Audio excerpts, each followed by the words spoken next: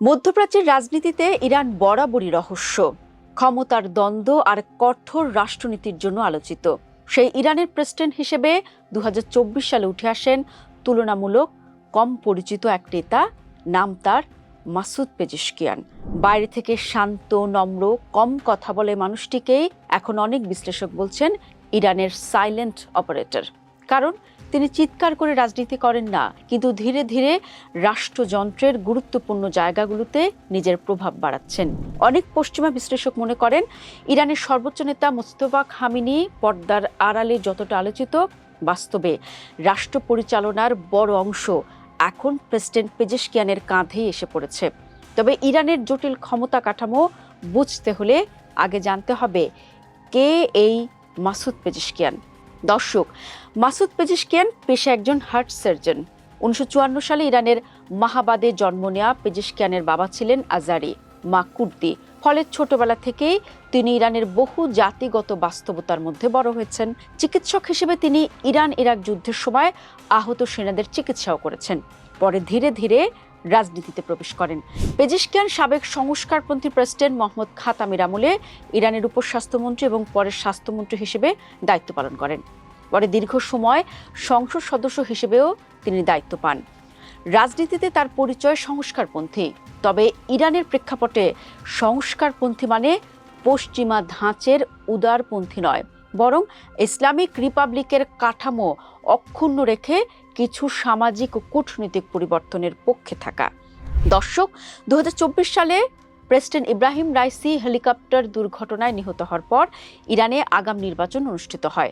তখন অনেকেই ধারণা করেছিলেন কট্টরপন্থী কোনো নেতা হয়তো ক্ষমতায় আসবেন, কিন্তু শেষ পর্যন্ত সবাইকে অবাক করে দিয়ে জয় পান পেজেশকিয়ান।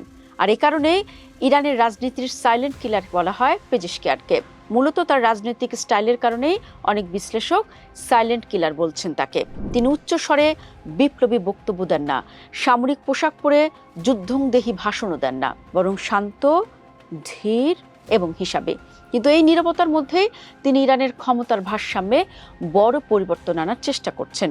তিনি জানেন সরাসরি ইসলামী বিপ্লবী গার্ড বাহিনী বা কট্টর আলেমদের বিরুদ্ধে গেলে টিকে থাকা কঠিন। তাই তিনি আপাত নমনীয় অবস্থান নিয়ে ধীরে ধীরে প্রশাসন, অর্থনীতি ও কূটনীতিতে নিজের অবস্থান শক্ত করছেন। অনেকের মতে এটাই তাকে বিপজ্জনকভাবে কার্যকর করে তুলেছে।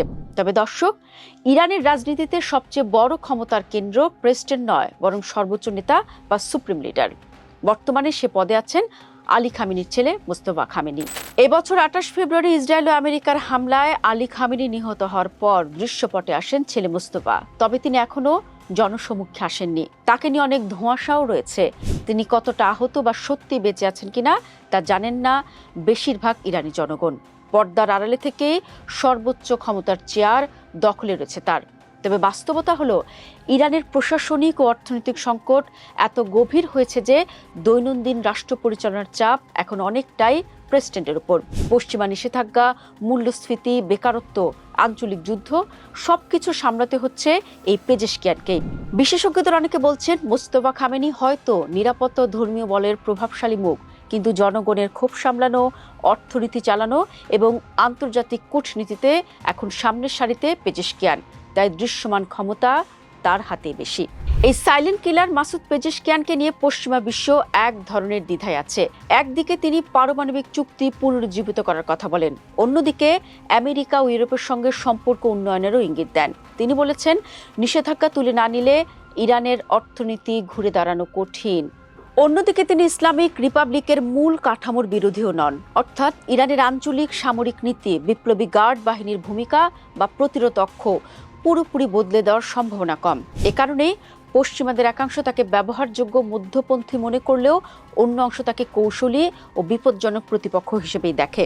কারণ যদি তিনি সফলভাবে ইরানের অর্থনীতি কিছুটা স্থিতিশীল করতে পারেন এবং একই সঙ্গে রাষ্ট্রীয় কাঠামো অক্ষুণ্ণ রাখেন, তাহলে পশ্চিমাদের উপর চাপ আরও বাড়তে পারে। তবে তারপরও রয়েছে কিন্তু। অনেকে মনে করেন পেজেশকিয়ান ইরানে বড় কোনো বিপ্লব আনতে পারবেন না, কারণ চূড়ান্ত সিদ্ধান্ত এখনো সুপ্রিম লিডার ও নিরাপত্তা বলের হাতেই। তবে এটাও সত্য, ইরানের মানুষ দীর্ঘদিন ধরে ক্লান্ত, অর্থনৈতিক সংকট, সামাজিক কড়াকড়ি এবং আন্তর্জাতিক বিচ্ছিন্নতায়। এ পরিস্থিতিতে পেজিশকিয়ান এমন এক মুখ যিনি কঠোর রাষ্ট্র ব্যবস্থার ভেতর থেকেই সীমিত পরিবর্তনের আশা দেখাচ্ছেন।